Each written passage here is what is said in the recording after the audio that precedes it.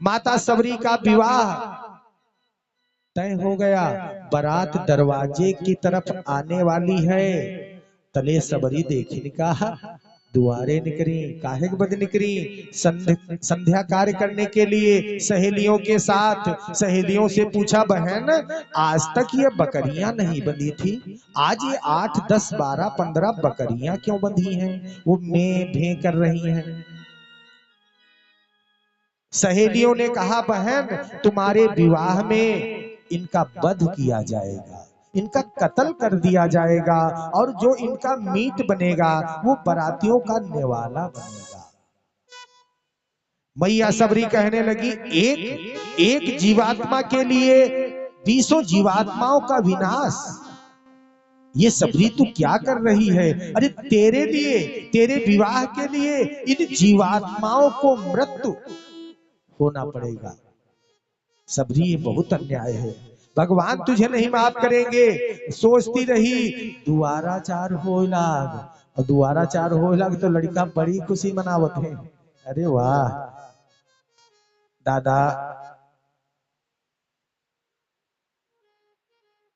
अभिनव सिंह महोली से 101 मुद्रा।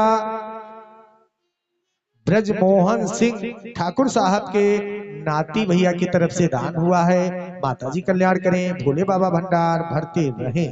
बोलिए गणेश भगवान की। और तुम लोग सुन ले हो, ईसाई जो कोई पैसा ले हो तो सब कोई हिंदुस्तान में सुन ली तुम दान करे हो। हाँ वीडियो चल रहा ना, हाँ लाइव चल रहा, तो जो कोई करिया हो जल्दी जल्दी रह जाओ। बोलिए गणेश भगवान की। माता सबरी कहने लगी, ये मुझसे नहीं होगा। दुआराचार हो लाग, दुआराचार हो गया। अब बिटिया को बुलाओ छत से, आवा है स्नान करें, परछन होगी अभी। मैया सबरी ने सोचा ये विवाह असंभव, अपने विवाह के लिए 10-20 कुर्बानियां नहीं दे सकती सबरी। और देखी झांक के पिछौरे, कहीं एक मंजिल है, गिरी पड़ी बात तो गोड़ ओड़ तो टूटी नहीं है ना। कहीं हो सकती गोड़ टूट जाए, भाग न पाई। अपने मम्मी की, अपने माता जी की धोती लिया, और छत में एक छप्पर ऊपर पड़ा था, वही छप्पर के बरोहन में बांध के धोती, और सबरी धड़ाम से खाले कूद गई, धोती छोड़ दिया और भागने लगी। कभी कहता है कि 3 कोस पर धाम अनूपा,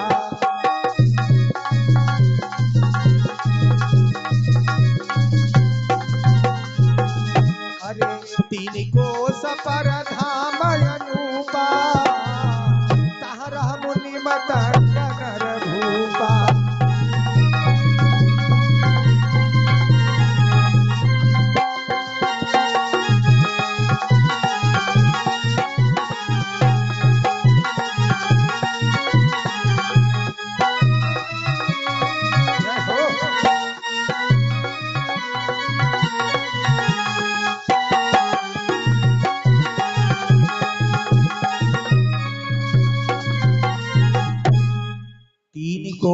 तीन कोस कितने होते भैया? 9 किलोमीटर है ना।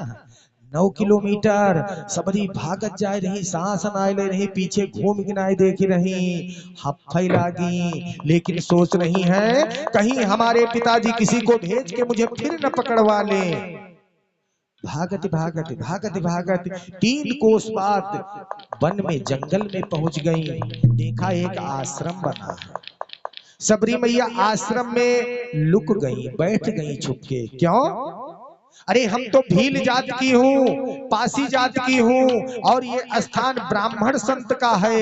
यदि हम खुल के चली गई तो ब्राह्मण यहाँ से हमें हटा देंगे, वो हमें नहीं रखेंगे, क्योंकि वो हमें अछूत मानते हैं।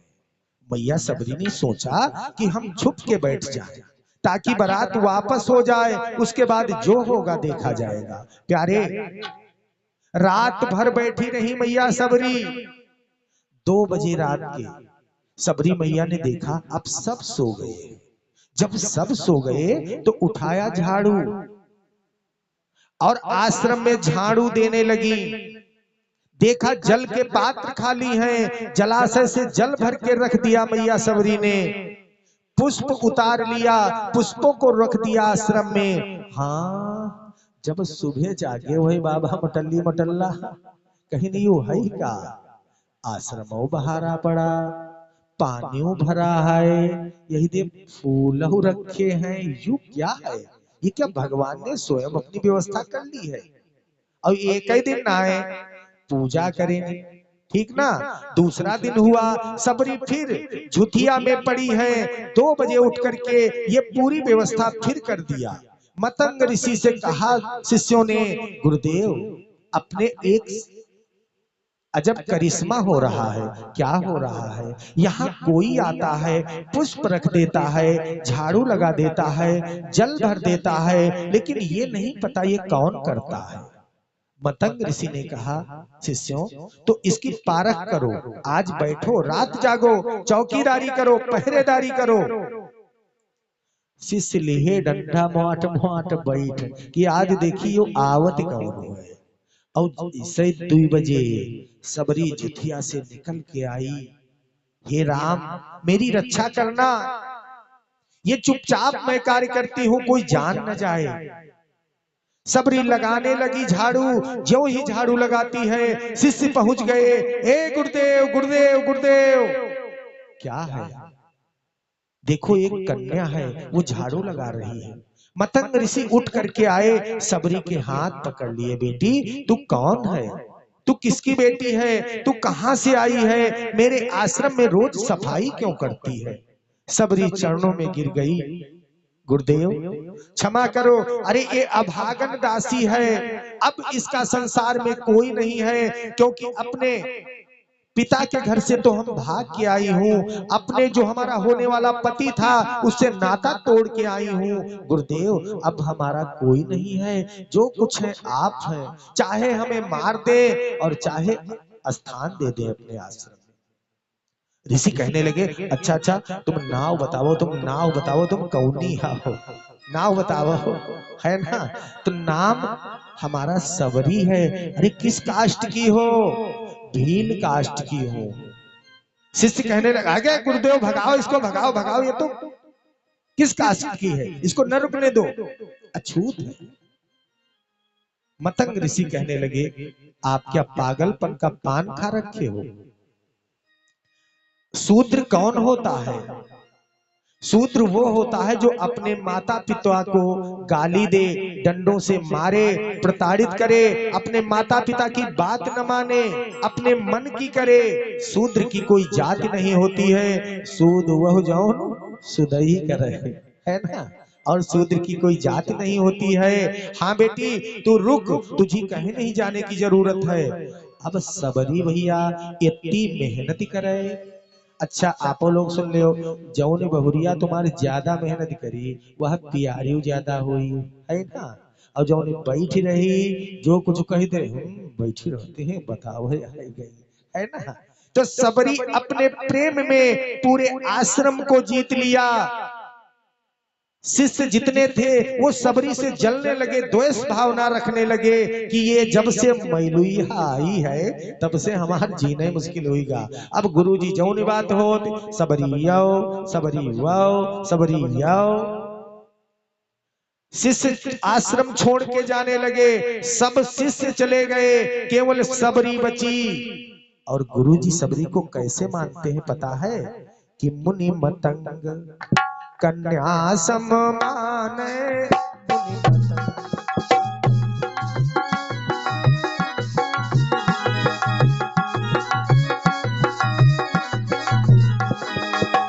मुनि मतंग कन्या सम माने, सेवा करे बहुत सुरा।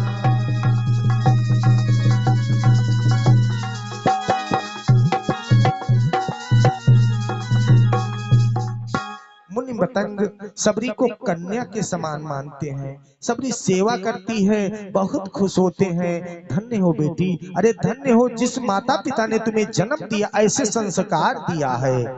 कुछ समय व्यतीत हो गया, जब कुछ समय व्यतीत हो गया प्यारे, तो मतंग ऋषि का लास्ट समय आ गया, चोला बदलने का समय आ गया। मतंग ऋषि कहने लगे, बेटी सबरी तू इतने बड़े विशाल आश्रम में रहती है, ओनली वन अकेली, बेटी मेरा तो जाने का समय हो गया। सबरी ने ज्यों ही इतने वचन सुना रोने लगी। गुरुदेव आप ये क्या कह रहे हो? अरे पति से नाता टूटा, पति तो बन ही नहीं पाया, घर वालों को छोड़ करके आ गई और आप भी जा रहे हो। स्वामी गुरुदेव अब ये सबरी कहाँ चली जाए, किसके सहारे रहे? कोई आश्रम में भी तो नहीं है। गुरुदेव कहने लगे सबरी तुझे कहीं जाने की नहीं जरूरत है। तो फिर गुरुदेव हम क्या करेंगे? ये हमारा वचन है, हम तुझको वरदान दे रहे हैं सबरी कि तू यहीं आश्रम में रुक, श्री राम तुझको आश्रम में आकर के दर्शन देंगे। ये मेरे वचनों के पे विश्वास रखना। चोला छोड़ दिया, सबरी ने दाह संस्कार किया गुरुदेव का और उस दिन से रास्ता देखने लगी। प्यारे रास्ता कटता नहीं है, लेकिन सबरी को विश्वास हो गया। किसका विश्वास? गुरु का विश्वास। कैसे? कि गुरु के वचन मान विश्वासा, गुरु के वचन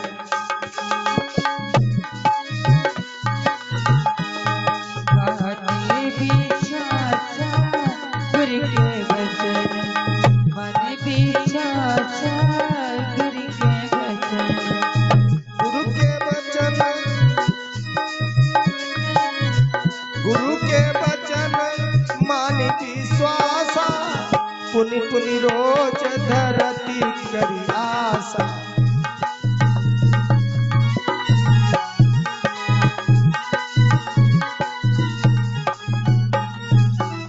अपने गुरु के वचनों के विश्वास पे आज रोज सबरी प्रभु के लिए भोजन इत्यादि की व्यवस्था करती है। कंदमूल फल बेर अनेकों प्रकार के फल लाती है कि मेरे प्रभु आएंगे, मेरे स्वामी आएंगे तो इन्हें ग्रहण करेंगे।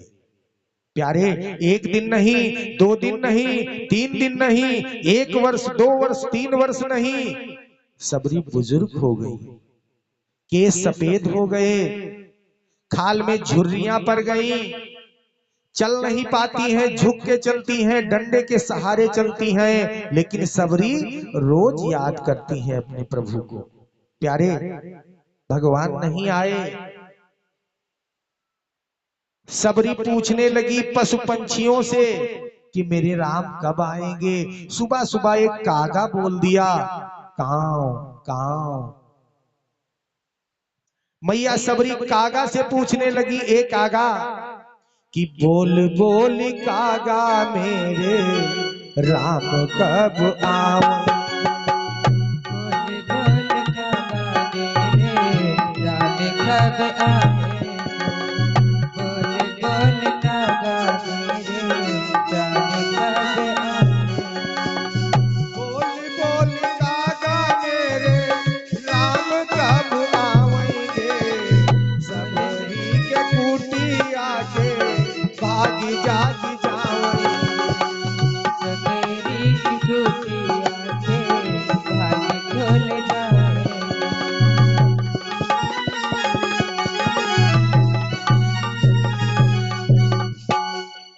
बोल बोल कागा, ये कागा तू ही बता दे मेरे राम कब आएंगे।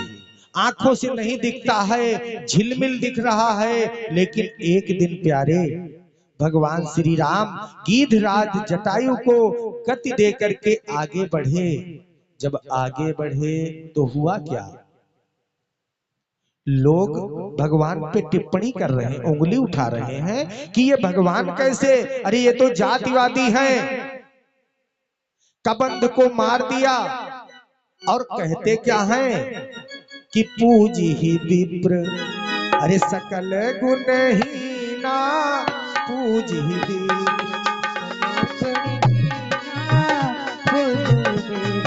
सकल गुणहीना पूजी विप्र सकल गुणहीना शूद्र न गुण जन ज्ञान।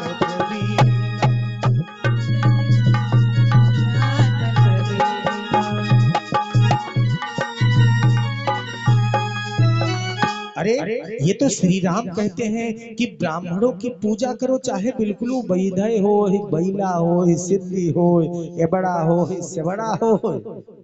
लेकिन प्रभु का ये नहीं कहना था। प्रभु का कहना था कि जिस व्यक्ति के सर ही नहीं है, जिसके आंख ही नहीं है, उसको मार दो, कोई दोष नहीं होता। कबंध को मार करके उसको गति दिया, भगवान पे उंगलियां उठने लगी। ये जातिवादी है, कैसे राम है, कैसी राम राज्य स्थापित करेंगे। लेकिन भगवान ने सोचा अभी उंगली उठ रही है, ये जातिवाद के चक्कर में हमें फांस रहे हैं, तो अब हम सबरी के यहाँ चल रहे हैं, क्योंकि वो पासी जात की है, भील जात की है।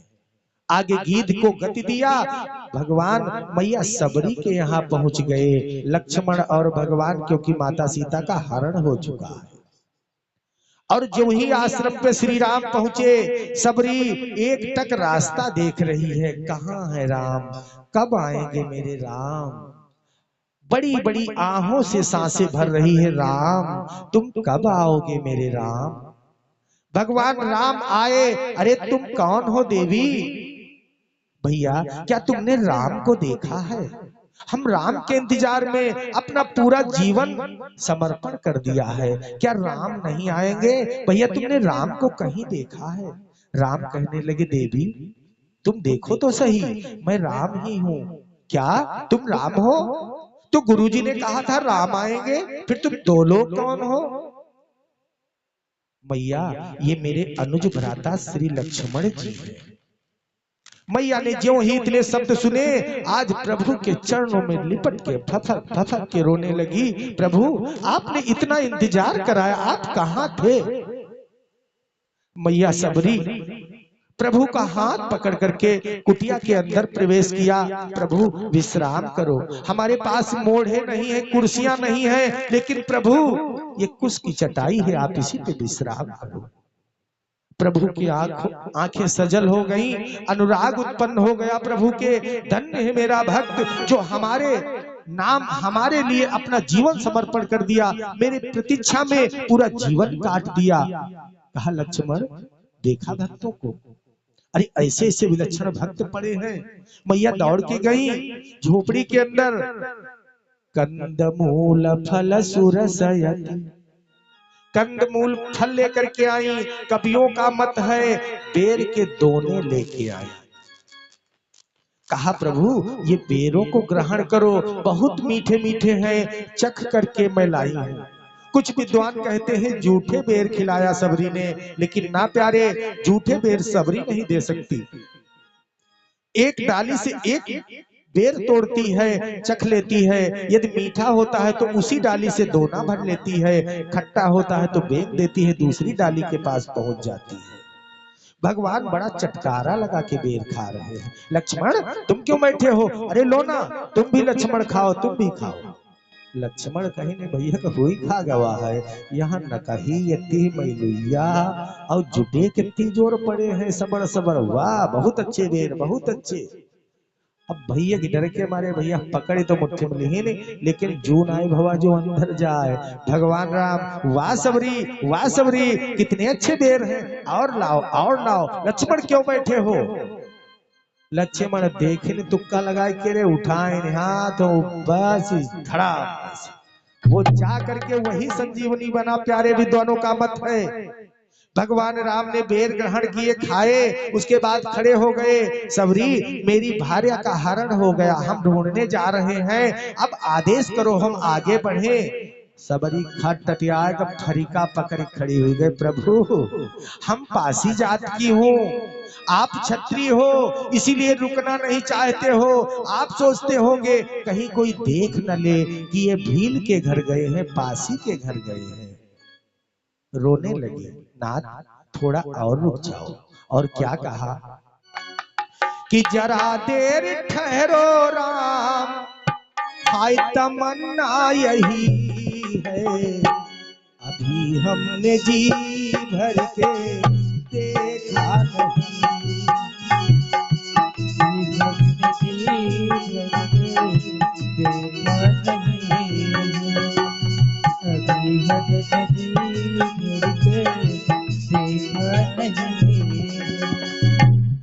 इस प्रकार से सबरी के वचन सुन करके राम के आंखों में अनुराग उत्पन्न हो गया। सबरी आओ बैठो। प्रभु ने सबरी मैया को बिठाल करके नवधा भक्ति का ज्ञान कराया। प्रथम भगत संतन कर संगा, दूसरी रति मम कथा प्रसंगा।